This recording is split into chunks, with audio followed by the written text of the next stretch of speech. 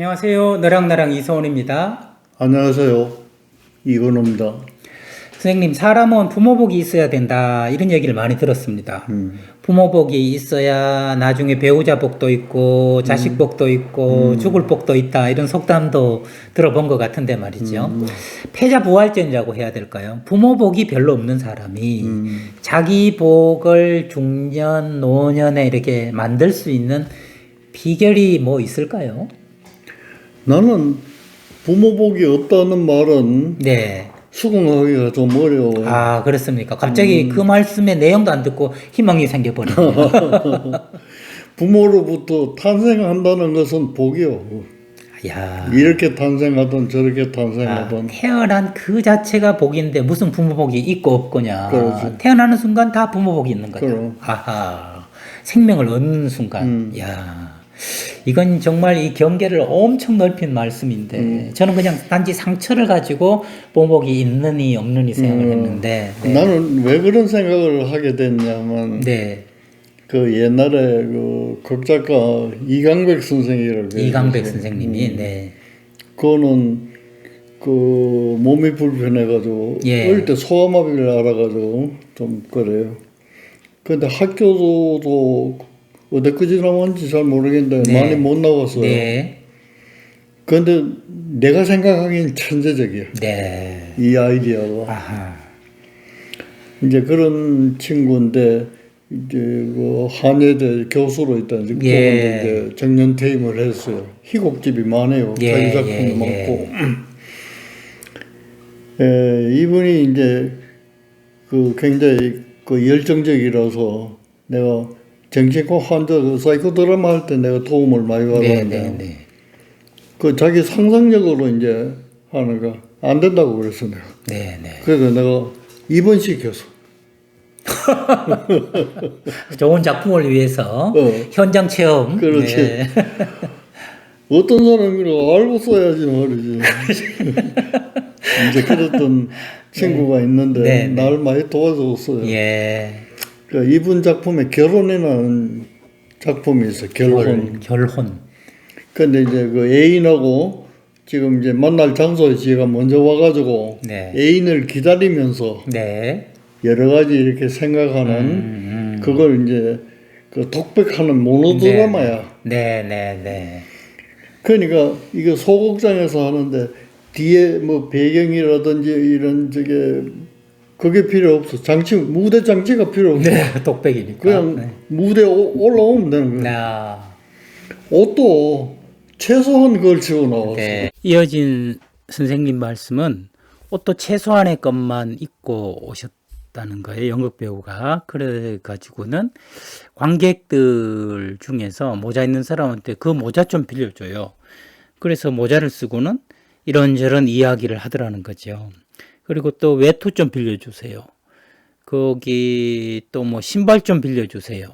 그러면서 결혼에 대한 이런저런 이야기를 하더라는 거죠. 그걸 보면서 인생은 내게 없다. 빌려온 거다. 하는 메시지를 전했다고 그래요. 그래서 이건우 선생님은 그 장면을 보시면서 나도 빌려온 게 아닐까 그런 생각을 하셨다고 합니다. 제가 이렇게 선생님 말씀을 제 목소리로 전하는 까닭은 제가 휴대폰을 사용해서 영상 촬영을 했는데 휴대폰에 배터리가 다 됐어요. 이 빌린 이 배터리가 다 돼버린 거죠. 그래서 마치 이 주제처럼 이 배터리도 제게 아닌가 봐요. 빌렸나 봐요. 그래서 나중에 편집하려고 집에 와서 봤더니 선생님 목소리가 들을 수 없게 영상 또한 다 끊어져 있는 것도 있죠. 그래서 저도 선생님도 이걸 모른 채로 끝까지 한 20분 정도를 이야기를 나눴었습니다. 그래서 선생님이 해주신 말씀을 제가 기억해서 이렇게 전해드리고 있는데요. 그러다가 선생님께서 아까 말씀을 이어서 드리면 선생님께서 나도 빌린 인생이구나, 렌트구나 하는 생각이 드셨다고 그래요. 예전에 숭산 스님이 그런 얘기를 책에서 한번 하신 적이 있어요. 흉각 스님이 하버드에서 화개사까지라는 책에서 소개한 내용인데요.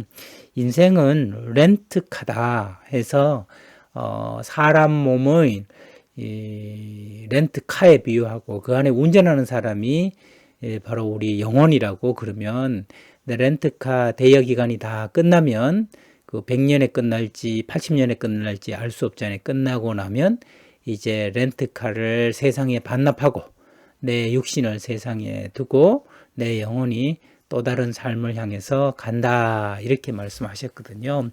그러면서 숭산 스님께서는 그 렌트카에 장식을 하고 뭘 꾸미고 하는 게 뭐 그리 큰 의미가 있느냐, 내 안에 운전하는 사람 인격을 제대로 닦아 나가는 것이 중요하지, 이렇게 말씀하셨었는데, 마치 숭산 스님의 말씀을 다시 듣는 것처럼 이근우 선생님께서도 우리 삶을 렌트카다, 빌리는 거다, 이런 말씀을 하셨어요. 저도 그 말씀을 들으면서 이 인생이 렌트고 빌리는 거라면 선생님께서는 태어난 그 자체, 렌트카를 빌린 그 자체가 우리에게는 이미 부모 복이다. 부모가 낳지 않기로 했다면 우리는 세상에 빛을 볼 수가 없었겠지요. 예전에 법륜 스님도 증문즉설에서 어머님이 낳지 않으려고 했는데 너를 낳았다는 이야기를 듣고 자신감이 결여되고 자존감이 바닥이 돼서 평생 힘들게 살았다. 그러면서 어떻게 하면 좋겠냐 하고 법륜 스님한테 한번 여쭤봤더니 법륜 스님이 하시는 말씀이 그러면 죽지 그러냐. 그래서 그 청중들이 모두 큰 소리로 웃었어요. 본인 또한 머쓱해서 뒷머리를 긁으면서 그 죽는 건 좀 그렇다고 그랬더니 죽는 것보다는 사는 게 낫죠. 그렇게 말씀하셨어요. 그렇다고 고개를 끄덕이니까 그 생명을 누가 주셨느냐? 바로 어머님이 주시지 않았냐? 낫까 말까 그러다가 결국 나을 걸 선택해서 생명을 주시지 않았냐? 그러면 어머님은 원망할 사람이 아니라 고마워야 할 분이다. 그래서 힘내서 살아야 된다. 이런 말씀을 하시더라고요. 오늘 이근우 선생님 말씀을 들으면서도 저는 똑같이 그런 원리가 법륜 스님 말씀이나 숭산 스님 말씀이나 이근우 선생님 말씀 속에서 그대로 전해진다는 걸 느꼈어요.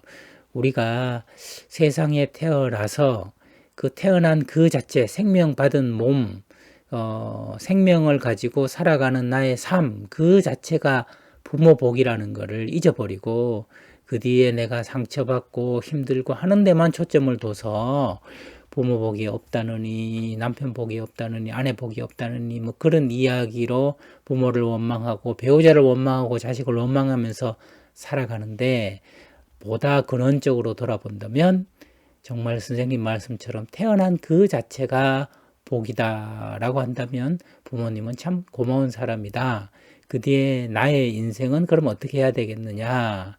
상처를 원망하면서 상처를 핥으면서 살아가는 것이 아니라 내가 그 상처를 보고 상처를 딛고서 상처에도 불구하고 이근우 선생님 말씀처럼 그럼에도 불구하고 한 걸음 더 내딛고 또 할 수 있는 것을 해보는 것, 그리고 내 능력을 잘 발휘할 수 있도록 열심히 노력하고 또 되지도 않는 걸 바라는 욕심을 버리고 내 분수를 알면서 하루하루를 살아나가는 일, 그것이 부모 복을 이어받아서 내 복으로 전환시키는 일, 그 결과 내 복이 배우자에게도 전해지고 또 자식에게도 전해지는 아름다운 선순환을 이룰 수 있는 방법이다.